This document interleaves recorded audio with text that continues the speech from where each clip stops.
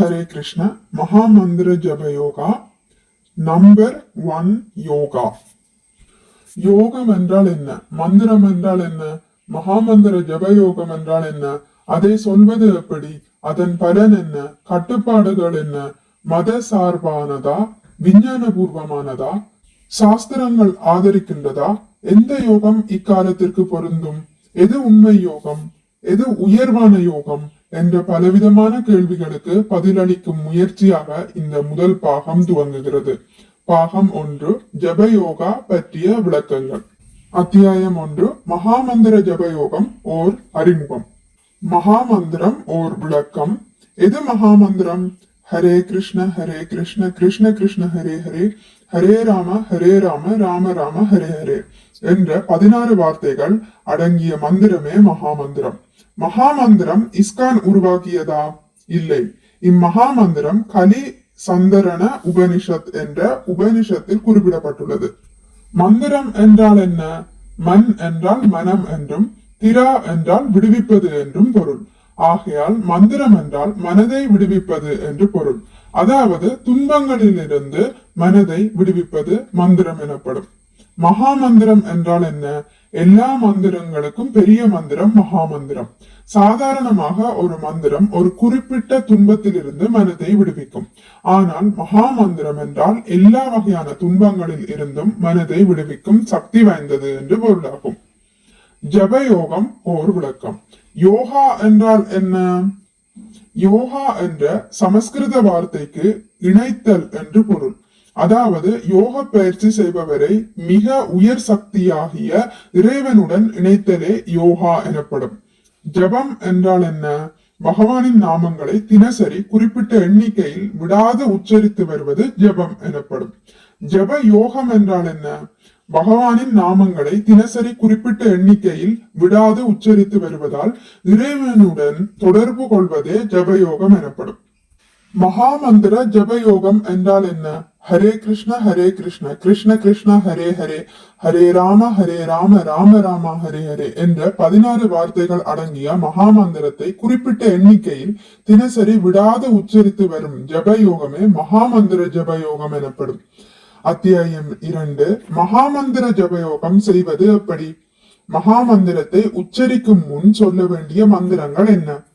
ஜெய் ஸ்ரீ கிருஷ்ண சைதன்ய பிரபு நித்யானந்த ஸ்ரீ அத்வைத கதாதார ஸ்ரீவாசாதி கௌர பக்த விருந்த என்ற பஞ்ச தத்துவ மந்திரத்தை கூறி ஸ்ரீ கிருஷ்ண சைதன்ய மகாபிரபு, ஸ்ரீ நித்யானந்த பிரபு, ஸ்ரீ அத்வைத ஆச்சாரியர், ஸ்ரீ கதாதர பண்டிட், ஸ்ரீவாச பண்டிட் ஆகிய 5 அருள் பெற்று மகாமந்திரத்தை கூற வேண்டும்.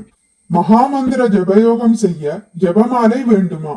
கட்டாயம் வேண்டும். பல நூற்றாண்டு காலங்களாக ஆச்சாரியர்கள் அனைவரும் ஜபமாலை வைத்தே ஜபம் செய்துள்ளனர். ஜபமாலையில் எவ்வாறு ஜபம் செய்வது?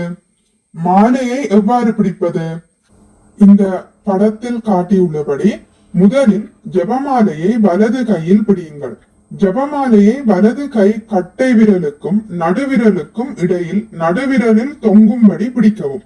ஆள்காட்டி விரல் மாலையை தொடாதவாறு பார்த்து கொள்ளவும். ஜபம் சொல்ல ஆரம்பிப்பது எப்படி? மாலையில் எல்லா மணிகளையும் விட தலையாய மணி ஒன்று குஞ்சத்துடன் உள்ளது. இது கிருஷ்ணமணி எனப்படும். இக்கிருஷ்ண மணிக்கு அடுத்துள்ள பெரிய மணியை கட்டை விரலால் தொட்டவாறு ஹரே கிருஷ்ண கிருஷ்ண கிருஷ்ண ஹரே ஹரே, ஹரே ராம ராம ராம ஹரே ஹரே என்ற மகாமந்திரத்தை ஒரு முறை முழுவதும் சொல்லவும். அதே சமயம் உங்கள் காதுகள் மந்திர உச்சாடனத்தை தெளிவாக கேட்கட்டும். ஜபத்தை தொடர்ந்து முதல் சுற்றை முடிப்பது எப்படி? பின்கட்டை விரலால் அவ்விரல் தொட்டு கொண்டிருக்கும் மணியை உள் இழுக்கவும். அடுத்த மணியை கட்டை விரல் தொட்டு கொண்டிருக்கும். இப்பொழுது மறுபடியும் மகாமந்திரத்தை முழுவதும் சொல்லவும் கேட்கவும் செய்யுங்கள்.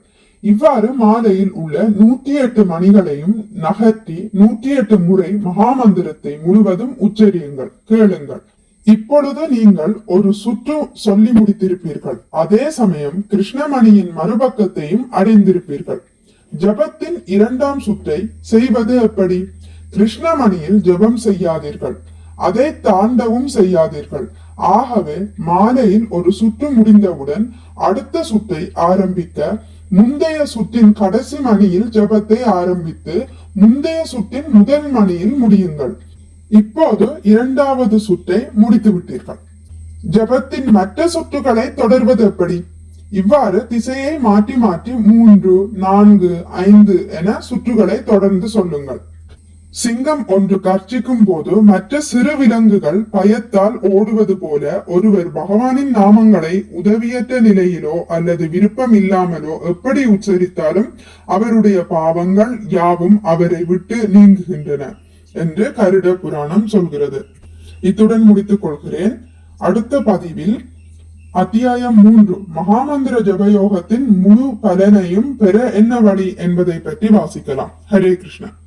உங்களுக்கு இந்த வீடியோ பிடித்திருந்தால் லைக் பண்ணுங்கள், ஷேர் பண்ணுங்கள், சப்ஸ்கிரைப் பண்ணுங்கள். நோட்டிபிகேஷன் பெல்லை அழுத்துவதன் மூலம் அடுத்த பதிவுகள் உங்களை வந்தடையும். பகவான் ஸ்ரீ கிருஷ்ணரை பற்றி கேட்டு மகிழ்வோம். ஹரே கிருஷ்ணா.